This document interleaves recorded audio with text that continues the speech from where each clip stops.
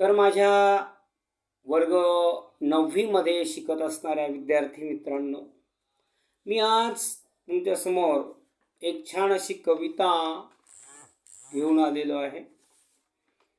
तर कविता आहे विठ्ठल वाघ यांची. तर सुप्रसिद्ध असे हे कवी आहेत विठ्ठल वाघ, आणि त्यांची ही कविता आहे तिफन. तर ही कविता म्हणजे एक शेतकऱ्याची आर्त हाक आहे आणि शेतकऱ्याच्या जीवनावर ही कविता आहे. तर या कवितेमध्ये निसर्गाचं वर्णन आलेलं आहे. शेतकरी दिवसभर कष्ट करतो आणि पेरणीच्या वेळेस तो सतत आभाळाकडे डोळे लावून असतो, मात्र पाऊस पडत नाही. त्यामुळे त्याचं जीवन, आयुष्य गरिबीमध्ये असतं. त्या संदर्भामध्ये ही कविता आहे. तर सर्वप्रथम आपण कवितेचं गायन करूया. काया मातीत मातीत तिफन चालते, काया मातीत मातीत तिफन चालते, इज नाचते थैथय ढग ढोल वाजवते, इज नाचते थैथय ढग ढोल वाजवते, नंदी बैलाच्या जोडीले सदाशिव हकालते, नंदी बैलाच्या जोडीले सदाशिव हकालते,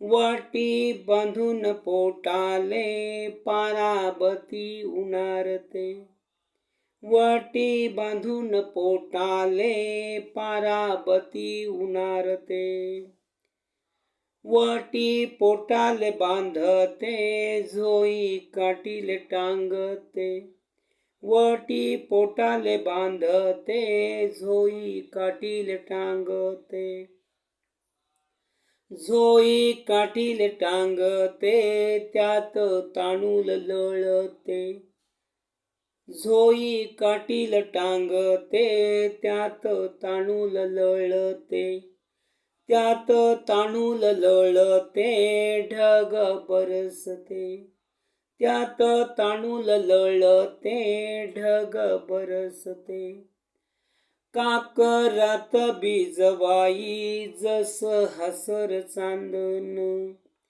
काकरात बीजवाई जस हसर चांदन, धरतीच्या अंगपांगी लाळा नवसाच गोंधन, धरतीच्या अंगपांगी लाळा नवसाच गोंधन, सरीवर सरी येती माती नाती धुती होते, सरीवर सरी येती माती नाती धुती होते, तिचा कस्तुरीचा वास भूल जीवाले पाळते, तिचा कस्तुरीचा वास भूल जीवाले पाळते, भूल जीवाले पाळते वाट सांजिले पाहेते, भूल जीवाले पाळते वाट सांजिले पाहेते,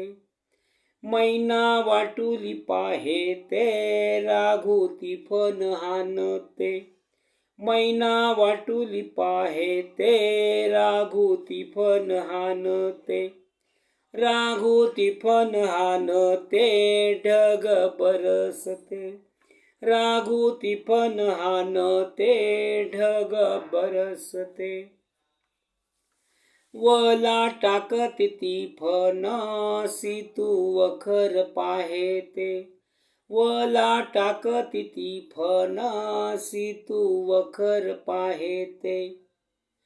पाणी भिजल ढेकुल लोणी पायाले वाटते.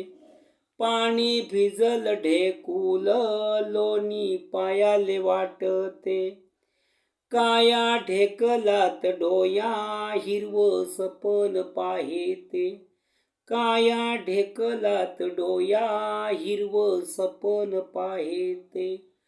डोया सपन पाहेते काटा पायात रुतते. डोया सपन पाहेते काटा पायात रुतते. काटा पायात रुतते लाल रगत सांडते. काटा पायात रुतते लाल रगत सांडते.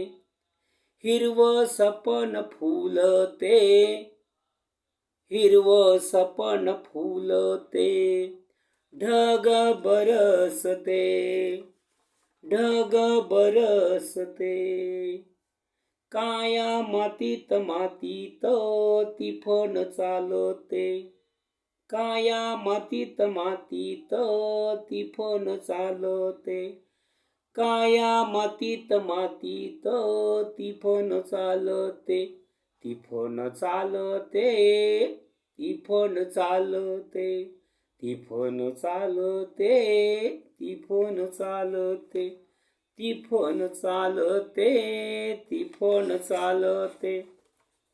तर विद्यार्थी मित्रांनो, अशी ही ती फण नावाची कविता आहे. इयत्ता 9वी अक्षर भारती अभ्यासक्रमामध्ये आहे. 9वीच्या मुलांना शिकण्यासाठी आहे. तर कवी आहेत विठ्ठल वाघ. तर कवितेचा थोडक्यात भावार्थ तुम्हाला मी सांगत आहे. शेतातील काळ्या मातीत पेरणीचे अवजार म्हणजे तिफण चाललेली आहे. वर आकाशात वीज थैथयाट करते आहे आणि ढग ढोल वाजवत आहेत. अर्थात पाऊस कोसळतो आहे.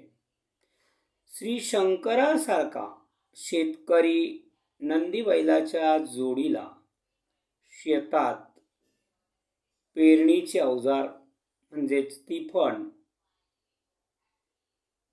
चालवतो आहे. आणि पार्वतीसारखी शेतकरीण त्याची बायको पोटात बांधलेल्या किंवा पोटावर बांधलेल्या पदराच्या ओटीतून पसाभर बियाणे तिफणात हळूच सोडत आहे. जशी पदराची खोळ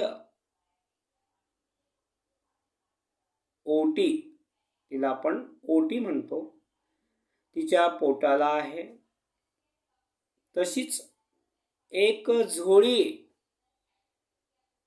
अर्थात बाळाला झोपण्यासाठी तयार केलेली झोळी तिने बाभळीच्या फांदीला टांगली आहे. फांदीच्या टांगलेल्या झोळीत तिचे बाळ रडते आहे. वरून ढग मात्र बरसत आहेत, कारण पावसाळ्याचे दिवस आहे. मृगाचा पाऊस बरसतो आहे. नांगराने आखलेल्या मातीतल्या समांतर ओळीमध्ये बियाणे असे चमकते आहे की जणू हसरे चांदणे.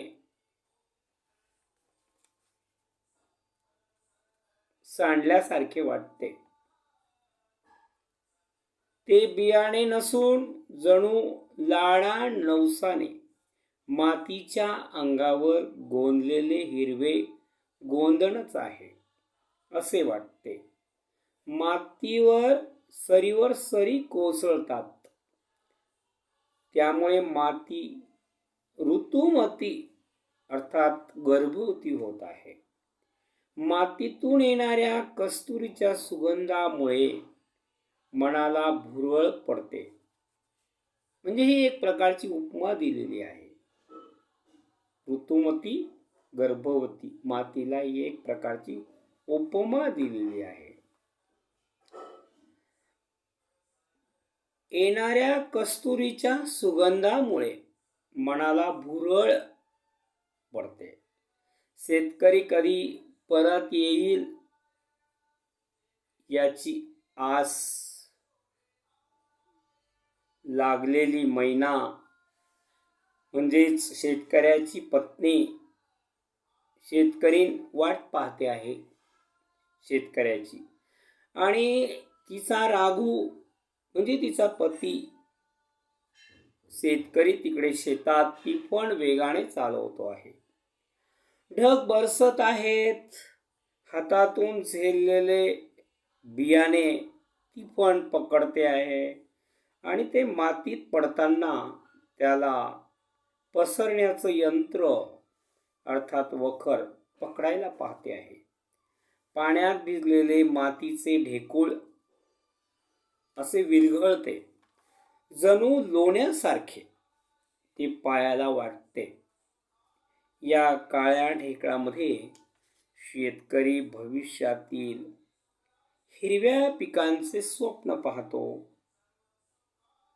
डोळ्यांनी ते स्वप्न पाहत असताना पायाला काटा रुततो. लाल रगत किंवा लाल रक्त, वऱ्हाडी भाषा या ठिकाणी आलेली आहे.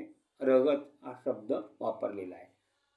तर आपल्या मराठी मातृभाषेमध्ये आपण रक्त म्हणतो, तर वऱ्हाडी भाषेमध्ये रगत असा शब्दप्रयोग केला जातो. रक्त ऐवजी लाल रक्त काळ्या मातीवर सांडते आहे, त्यातून उद्याचे हिरवे स्वप्न फुलते आहे. ढग मात्र बरसत राहतात. तर अशा प्रकारची ही कविता आहे. सुप्रसिद्ध कवी व लेखक विठ्ठल वाघ हे आहेत. काळ्या मातीत मातीत पंढरीच्या वाटेवर, कपाशीची चंद्रफुले, पाऊस पाणी हे कविता संग्रह त्यांचे प्रसिद्ध आहेत. तर कविता संग्रह पुन्हा एकदा सांगतो. काळ्या मातीत मातीत पंढरीच्या वाटेवर, कपाशीची चंद्रफुले, पाऊस पाणी हे कविता संग्रह, अंधार यात्रा हे नाटक, डेबू ही कादंबरी, वऱ्हाड बोली आणि इतिहास, वऱ्हाडी म्हणी इत्यादी पुस्तकं त्यांची प्रसिद्ध आहेत. पेरणी, बैलाविषयीचे प्रेम, पावसाच्या दिवसातील मातीचा सुगंध, शेतकऱ्यांचे स्वप्न, पावसाच्या आगमनाने शेतकऱ्यांची होणारी शेती कामाची लगबग याचे सुंदर असे वर्णन कवीने प्रस्तुत कवितेतून केलेले आहे. तर अशा प्रकारची ही कविता आहे. तर एकंदरीत कविता संपलेली आहे. कवितेचा अर्थ सुद्धा सांगून झालेला आहे, भावार्थ. तर कविता कशी वाटली यासाठी लाईक करायचं आहे, शेअर करायचं आहे, सबस्क्राईब देखील करायचं आहे आणि कमेंट्स देखील करायचं आहे, म्हणजे जेणेकरून पुढील व्हिडिओची सूचना तुम्हाला लगेचच कळेल. Goodbye, good evening, see you again.